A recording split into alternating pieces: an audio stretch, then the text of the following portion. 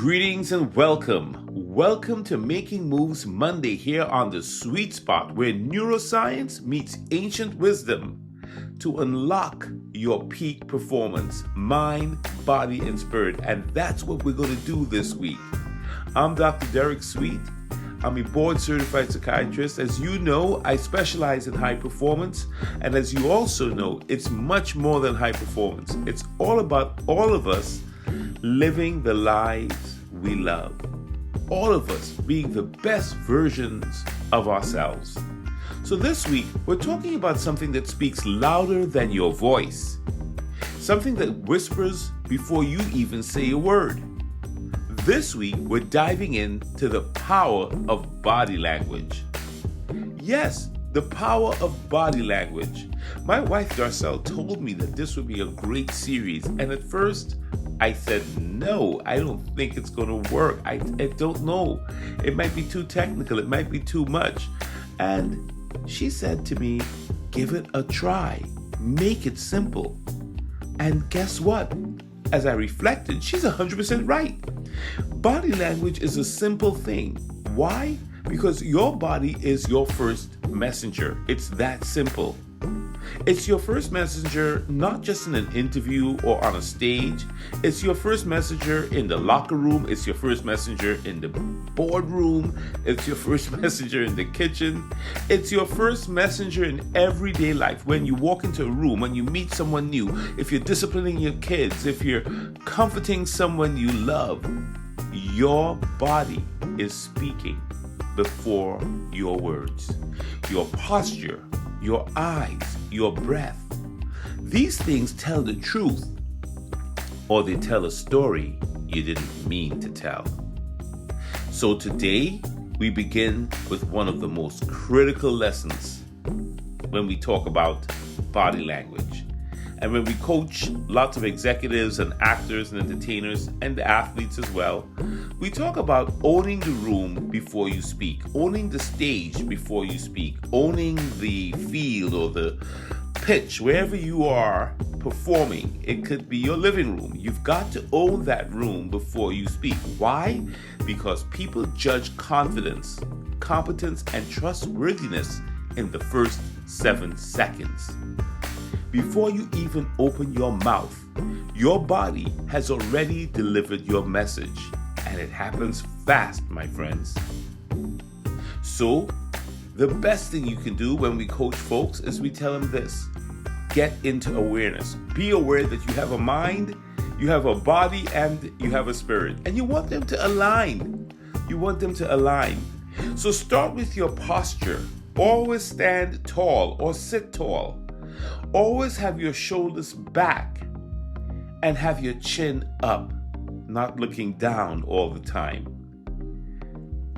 You know, postural feedback theory shows that this kind of action, when you stand tall, you put your shoulders back and your chin's up, it not only improves your mood, it actually sends a signal back to your brain, and I'll say it, your prefrontal cortex. It'll send a signal back to your brain, and it will tell you, you belong here. This is your space. And it will breed confidence into you just by posturing yourself correctly. So the stand tall, shoulders back, chin up, that's one thing you can do. The next thing you can do is to work on eye contact. So many people, when we talk about being more assertive, they think that you've got to stare people down. And it's about locking eyes with folks. Well, that's aggression. That's aggressive. And most individuals don't like that. Eye contact is not a stare down. What we do in psychology and psychiatry and coaching, we talk about the eye contact triangle. Have you ever heard about that? The eye contact triangle? What it is that you have to shift your gaze between someone's eyes and their mouth, not looking into their eyes directly, nor looking into their mouth directly, just between the eyes and the mouth. When you're talking to someone, focus in this area.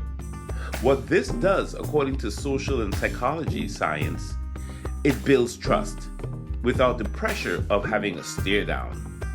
And it helps you bond without it being awkward. So think about that eye contact triangle. Think about just between the eyes and the mouth, and aim for that area when you're talking to someone. So we've already talked about standing tall, shoulders back, chin up. Now we talked about the eye contact triangle, sort of shifting your gaze between someone's eyes and mouth and building trust that way. And now the next thing is, how do you enter a room? Believe it or not, we coach individuals, athletes, we coach performers to think about the way you're going to enter the stadium, the way you're going to enter the arena, the way you're going to enter the room. It could be the boardroom, it could be the bedroom, it could be the kitchen. I don't care.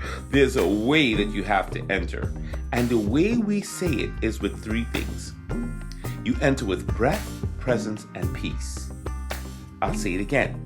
You enter with breath, with presence, and with peace. This has to be in your mind so that your body can accept that. One inhale, one exhale, then step in and own your arrival. You would be surprised if you took that moment just before you entered any room and you practice it with breath, with presence, and with peace. One inhale, one exhale, and then step in and own your arrival. There's an actual term for this. It's called embodied cognition. That's what science calls this. When you own your breath, your presence, and your peace, you take that inhale, you take that exhale, you step in, and you're owning it, shoulders square, chins up, using the eye triangle, right? So when you do this, you are sending your brain a message. And what it tells your brain is that you belong here. You perform well here. It breeds confidence. It sets you up to be in a level of awareness that makes you appear confident to everyone else too. And here's where the ancient wisdom shows up. You know I love ancient wisdom. I always quote something. And in Proverbs, there's a saying, let the wise listen and add to their learning, and let the discerning get guidance. In other words, awareness is power. Listen to the room. Learn from what's going on. Discern what's happening. The wise know that how you carry yourself carries the message. So start there. So here's the challenge. Before your next conversation on this Making Moves Monday, I want you to take 10 seconds and scan your own posture. How are you standing? I want you to also be aware of your breath. Steady your breath. How are you breathing? And then I want you to set your eyes. Set your eyes in the right way. When we're talking to other individuals, if we're kind of half turned to them, if our head is in the book or we're not paying, people read all that. And it can set up a positive or a negative interaction no matter what you say, because they're looking at your body. Do you get that? Scan your posture, steady your breath, set your eyes. Own the moment. I love it. Let your body say what your spirit already knows. I've got this. So tomorrow's Take Action Tuesday, and we're going to flip the script. What if your body could lead your mind? What if action creates confidence? You'll find out tomorrow if you tune in to Take Action Tuesday here on the Sweet Spot. I'm Dr. Derek Sweet. Thank you for listening. We're doing a whole series this week on the power of body language. Be blessed.